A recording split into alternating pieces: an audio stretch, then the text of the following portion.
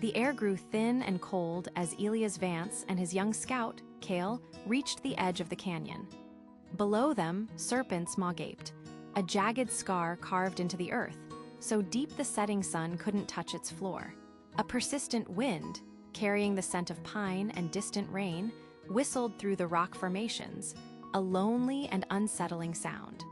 Spanning the chasm was their only way forward, a rope and plank bridge, a relic of some forgotten prospector, its timbers bleached silver by the sun and worn smooth by the elements. It looked like a thread stretched over a hungry mouth. Elias squinted, his face a mask of leathery determination, etched by years under the unforgiving western sun. "We cross now," he stated, his voice firm, leaving no room for debate. "We've lost enough time. I aim to be in Green Valley by the end of the week." He unslung his heavy pack, the leather creaking in protest. Kale, barely a man but with eyes that held the wisdom of generations, remained still. He scanned the bridge not with his eyes, but with a deeper sense. He felt the vibration of the wind through the soles of his worn moccasins and listened to the low, almost inaudible groan of the anchor posts wedged into the rock. The air was too heavy, the evening chorus of insects and birds unnaturally silent. "The canyon is not settled," he said softly, his voice nearly lost to the wind. "The ropes sing a tired song. We should wait for the morning light." Elias scoffed, turning to face the scout. "Wait? We've been waiting all day, tracking that blasted herd. I'm not spending a night out here with a storm brewing on the horizon. It's superstition, boy. Ropes don't sing." He gestured impatiently at the bridge. "It's held others. It will hold us." "Superstition?" Elias scoffed, his voice sharp and cutting through the growing twilight. He dropped his pack with a heavy thud, dust puffing up around his worn boots. "I've crossed 100 canyons on bridges worse than this. Time is what we're losing, Kale, not our lives to some bad feeling." Kale didn't flinch. He remained still, a silhouette against the darkening purple sky, and met Elias' fiery gaze with a steady calm. "This is not a feeling, Elias. It is knowledge. Listen." He gestured not to the bridge, but to the air around them. "The wind does not blow steady. It comes in angry gusts from the east, then the north. It will twist the ropes like a snake." He knelt, pressing his palm flat against the stony ground near the cliff's edge. "Feel this," the rock hums. "It is a deep song, one that says the earth is not settled." Kale then stood up and held out his hand. "And the air, it is heavy with water that has not yet fallen. Old hemp rope drinks moisture. It grows heavy and weak. The bridge is already tired. The storm will break it." Elias stared from Kale's outstretched hand to the swaying bridge. Every instinct screamed at him to push forward, to prove the young scout wrong and make up for lost time. He was a man of schedules and maps, not hums in the rock and moods in the wind. But Kale's words weren't based on spirits or omens, they were rooted in observable facts. The shifting wind, the dampness he could now feel on his own skin, the undeniable instability of the structure ahead. A cold knot of doubt tightened in his stomach. "Fine," Elias finally bit out, the word tasting like defeat. He turned away, unable to look at Kale. "We wait for morning. But if that bridge is still standing at sunrise, you're finding your own way home." They made camp in a tense, shared silence. The small fire Kale managed to coax from damp kindling crackled defiantly against the growing dark, casting long, dancing shadows that seemed to mock their stillness. Elias sat sharpening his knife on a whetstone, the rhythmic scrape of metal on stone the only sound he offered. Kale, across the fire, checked the security of their horses, his movements deliberate and calm. Neither man looked at the other, but the air between them was thick with unspoken resentment and grudging respect. The wind was the first to arrive. It started as a low whistle through the canyon's rock formations, then escalated into a mournful howl that seemed to tear at the very fabric of the night. Fat drops of rain began to fall, first spitting, and then hissing as they struck the fire.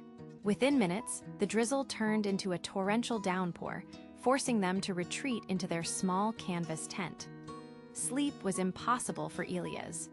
The drumming of rain and the roar of the wind were a constant assault. Pushing aside the tent flap, he peered out into the maelstrom. Lightning flashed, and for a terrifying second, the canyon was illuminated in stark, ghostly white. His eyes locked onto the bridge. It was no longer a static path, but a living, writhing thing, bucking and swaying violently in the gale. He could hear the high-pitched shriek of tortured wood and the deep groan of straining rope anchors, sounds that were nearly lost in the thunder that followed, shaking the very ground beneath him. He watched, mesmerized and horrified, as the bridge endured the storm's fury. Every logical point Cale had made, the wind, the dampness, the unstable ground, was being proven with brutal finality. A cold dread seeped into Elia's bones, far colder than the rain. This wasn't superstition, it was wisdom. He had been a fool, blinded by pride and a schedule.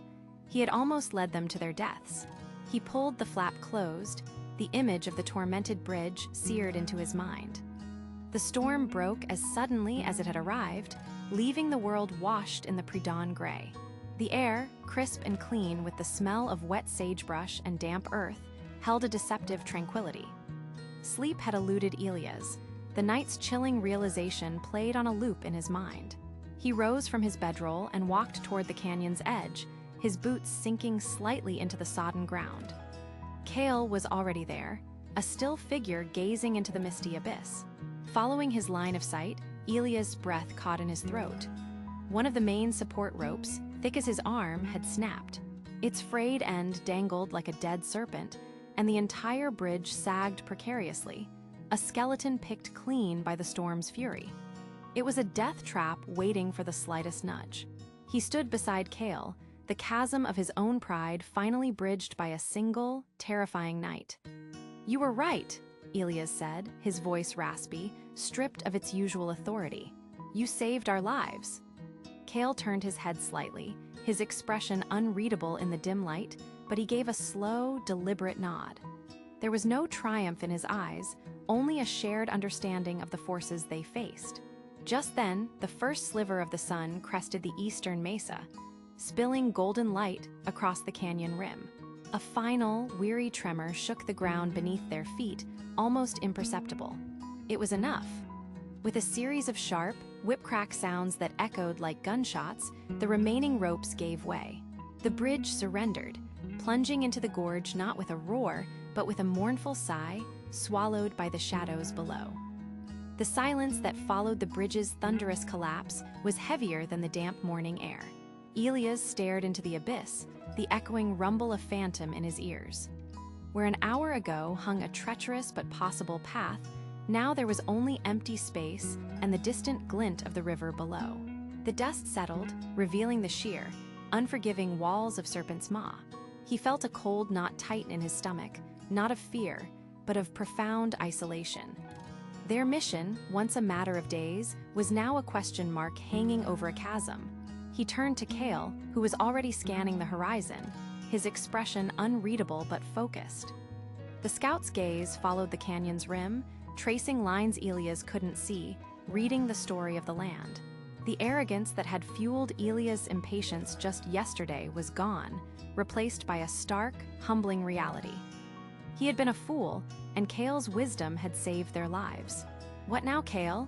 Elias asked, his voice low, devoid of its usual command. Cale didn't answer immediately. He pointed a steady finger northward, toward a series of rugged, descending rock ledges that looked nearly impassable.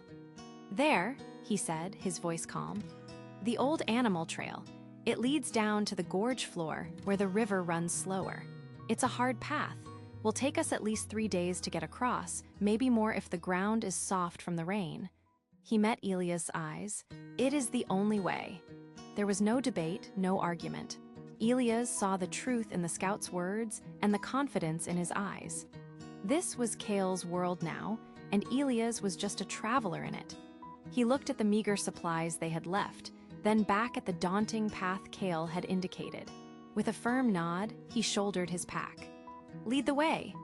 Cale went first, his movements fluid and economical as he navigated the switchbacks of the animal trail. The path was barely a foot wide in places, a crumbling ledge of red earth and stone that clung to the canyon wall. The recent storm had left it slick with mud and littered with loose scree, each step a calculated risk. Elias followed, his breath catching in his throat not just from the exertion, but from the sheer drop that yawned beside him. His heavy leather boots, so reliable on flat ground, felt clumsy and loud compared to Cale's silent tread. The air grew thicker, heavy with the scent of damp soil and wet sagebrush.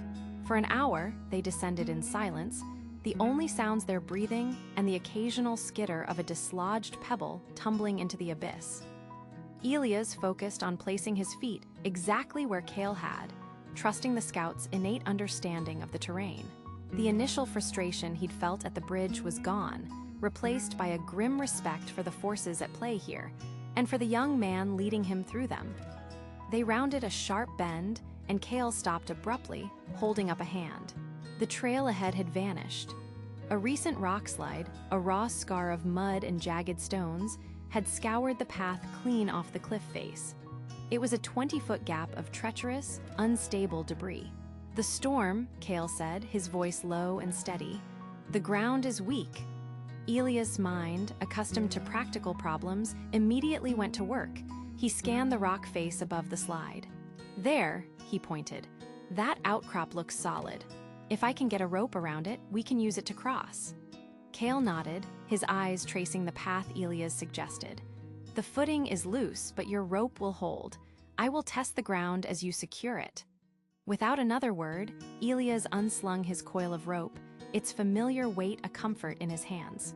He began fashioning a knot, while Cale started probing the edge of the slide with his staff, their roles defined not by rank, but by necessity. They were no longer explorer and scout, but two men against the canyon. The last rays of sun painted the canyon walls in fiery shades of orange and red as they finally reached the flat, sandy floor. Every muscle in Elias' body ached, a deep, throbbing protest against the day's exertion.